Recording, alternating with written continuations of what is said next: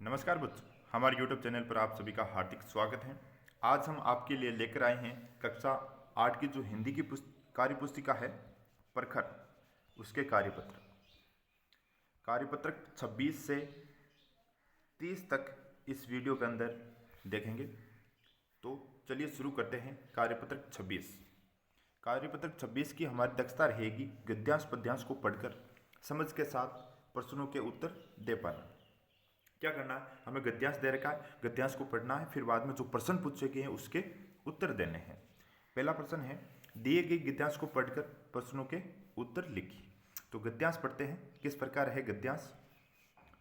मेरा नाम सुनैना है और मेरे गांव का नाम बिशनगढ़ है। मेरे गांव में अधिकतर लोग किसान और खेती और मजदूर हैं। मेरे गांव में एक छोटी सी पहाड़ी पर पुराना किला बना है। पहाड़ी के नीचे एक छोटा सा तालाब है जिसमें पानी केवल बरसात के दिनों में ही रहता है। तालाब के पास हम खेलते भी हैं। गांव की अधिकतर गलियां कच्ची हैं जो बरसात के दिनों में मिट्टी और कीचड़ से भरी रहती है।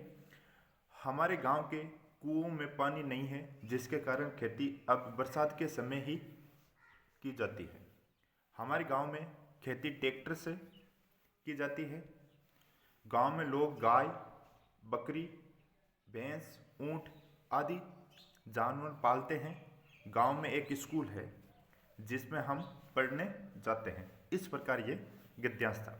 अब इनके प्रश्नों के उत्तर देने हैं। प्रश्न पहला है, सुनैना के गांव में अधिकतर लोग किसान और मजदूर हैं। आपके गांव में लोग क्या क्या काम करते हैं बताओ। हमारे गांव में भी अधिकतर लोग किसान और मजदूर हैं। कुछ लोग अध्यापक हैं, कुछ लोग अपनी दुकानें करते हैं या दुकानें चलाते हैं। अगला प्रश्न है, सुनैना के गांव की गलियां कच्ची होने के कारण बरसात के दिनों में उनमें कीचड़ हो जाता है। इस वजह से गांव के लोगों को क्या परेशानी होती होगी? भाई, सुनैना के गांव में कच्ची सड़कें हैं तो उसमें बरसात का पानी इकट्ठा होकर कीचड़ हो जाता है, जिनमें गांवों को क्या क्या परेशानी होती होगी तो आपको बतानी है। कीचड़ के कारण लोगों को आने जाने में परेशानी होती होगी। आने जाने की सबसे बड़ी समस्या होगी। फिर है, चलते समय फिसलने का और कपड़े खराब होने का डर रहता है। अगला प्रश्न है प्रश्न नंबर गे।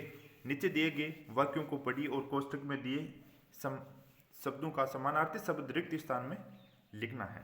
जो ये कोष्टक में दे रखे हैं इनके ही समानार्थी कहाँ पर रखना है?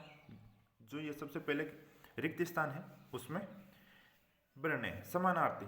समान, सूरज, सूर्य, ऐसे समानार्थी शब्द होने चाहिए। जैसे सूर्य पूर्व दिशा से उदय होता है। अगला है, सुनैना के घर में बाजरा रखा है। अगला है, मोहित ने कहा कि आज हवा तेज चल रही है। मेरे गांव की धरती सबसे प्यारी लगती है। और अगला है, आज आसमान में बादल छा रहे हैं। इस प्रकार हमें इनके आंसर देने थे। अब आता है हमारा कार्यपत्रक 27। कार्यपत्रक 27 की हमारी दक्षता रहेगी व्यवहारिक व्याकरण, प्रत्यय एवं उपसर्ग प्रयोग कर पाना। हमें इसमें क्या करना है? प्रत्यय और उपसर्ग का प्रयोग कर पाना है। पहला प्रश्न है, तुमने देखा और पढ़ा होगा कि बहुत से शब्दों के पीछे ता, इन, आहट, आवट, आई, दार, आ, वान, मान, ये, वाला, इक आदि लगे रहते हैं। जैसे दर्शनीय शब्द दर्शन और ये से मिलकर बना है। ऐसे शब्दांशों को मूल शब्द के अंत में जुड़कर इसके अर्थ में परिवर्तन कर देते हैं। इस शब्दों को प्रत्यय कहा जाता है। दर्शनीय शब्द में दर्शन मूल शब्द है और ये प्रत्यय लगने से दर्शनीय शब्द बना है। आप भी नीचे दिए गए प्रत्ययों से दो दो शब्द बनाइए।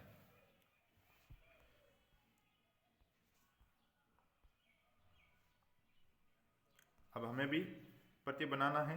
प्रत्यय दे रखा है पन, तो उदाहरण के तौर पर अपनापन। ये पन प्रत्यय जोड़ना सब में प्रायापन, सुनापन।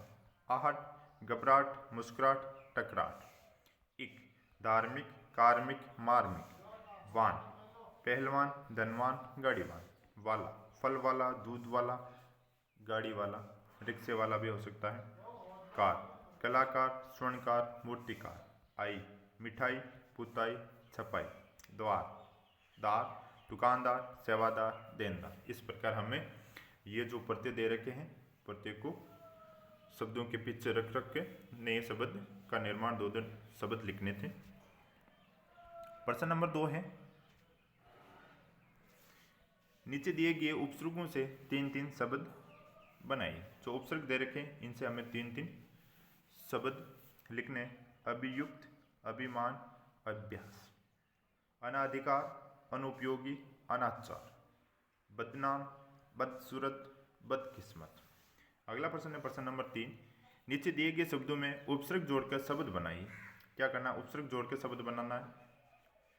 ज्ञान का विज्ञान हो जाएगा, क्रम का सत्कर्म, जोर से कमजोर, सफर से हम सफर, जय से विजय, हाल से बहाल। इस प्रकार हमें उपसर्ग जोड़कर नए शब्द बनाने थे।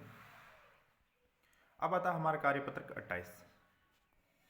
कार्यपत्रक 28 की हमारी दक्षता रहेगी व्यवहारिक व्याकरण, कारक शब्दों तथा उनके चिन्हों को पहचानना एवं प्रयोग कर पाना। पहला प्रश्न है, निम्नलिखित कारक चिन्हों को उनके सम्मुख कारक के उनके उपयुक्त कारक के सम्मुख लिखिए। क्या करना है? निम्नलिखित कारक चिन्हों को उनके उपयुक्त कारक के सम्मुख लिखना था। करण से के द्वारा, संप्रदान के लिए, क्रम को, अपादान से पृथक होना। इस प्रकार यहां लिखना था।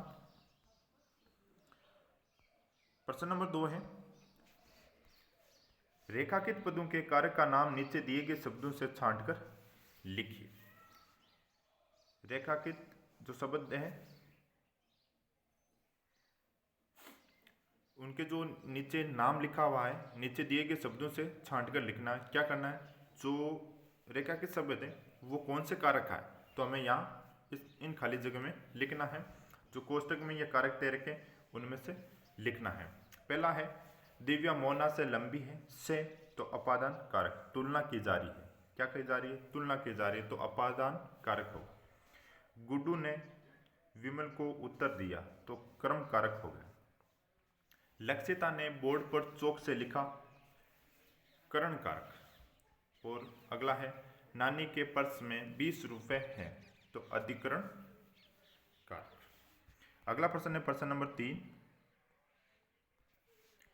निम्नलिखित वाक्य में प्रयुक्त कारकों का नाम एवं कारक चिन्ह बताइए। सुना, दशरथ के पुत्र राम ने अयोध्या से जाकर सीता के लिए रावण को मारा। तो क्या करना है?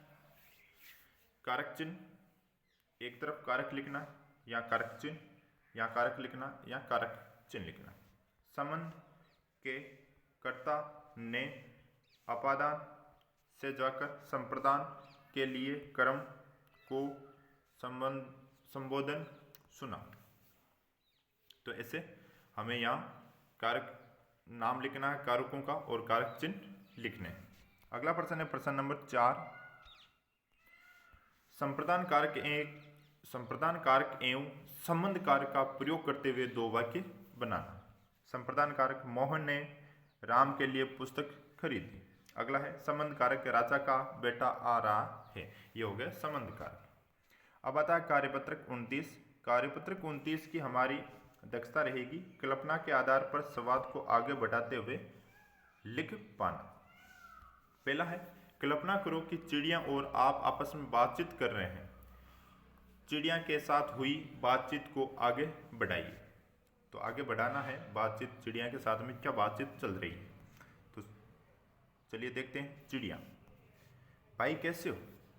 अगला, आप, मैं ठीक हूँ, तुम कैसी हो? चिड़िया बोली, मैं भी ठीक हूँ। आप बोले, बहुत दिनों से तुम्हें देखा नहीं। चिड़िया बोले, मैं दूसरे स्थान पर चली गई थी। आप, लेकिन क्यों? तो वापस चिड़िया बोली, वहां मेरे साथ की चिड़िया रहती है। तो आप, अच्छा, क्या तुम मुझे भी उससे मिलवाओगी? चिड़िया: हाँ क्यों नहीं, आप वापस बोले तो ठीक है, अगली बार उसे भी साथ लाना। तो वापस चिड़िया बोली: हाँ जरूर, वह वहाँ आकर खुश हो जाएगी, आप मुझे भी उससे मिलकर खुशी होगी। दूसरा प्रश्न है, नीचे कुछ शब्द दिए गए हैं, प्रत्येक के वर्तने के लिए 4 विकल्प दिए गए हैं। दिए गए विकल्प में इनमें से एक शब्द की शुद्ध वर्तनी दी गई है। तुमको उस शुद्ध वर्तनी का चयन कर लिखना है तथा उससे एक वाक्य भी बनाना है। तो यहाँ पर 4 शब्द दे रखे हैं, इनमें से कौन सा शब्द सही है शुद्ध वाक्य, वो है निम्बोरी।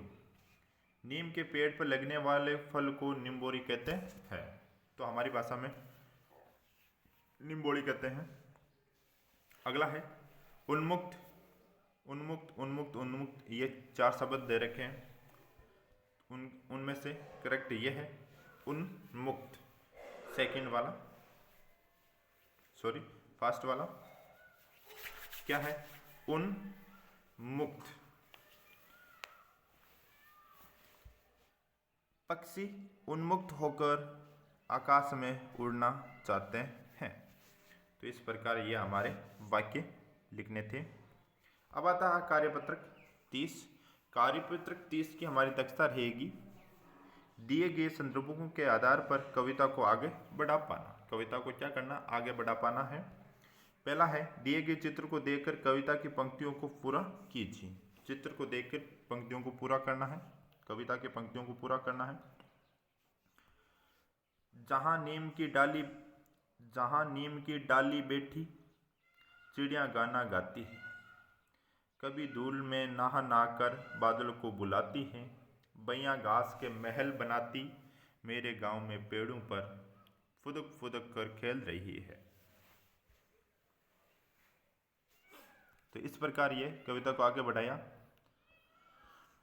और आगे है, मेरे गांव के खेत में काली पीली दोमट मिट्टी, फसलें उसमें खूब उगती, बिन बोई ही घास रूप में अपने रूप दिखाती है। सन सन हवा बह मतवाली मेरे गांव की गलियों में, लहराती फसलें दिखती है मेरे गांव के खेत में। तो इसी के साथ हमारा आज के कार्यपत्रक यहीं समाप्त होते हैं। जय हिंद।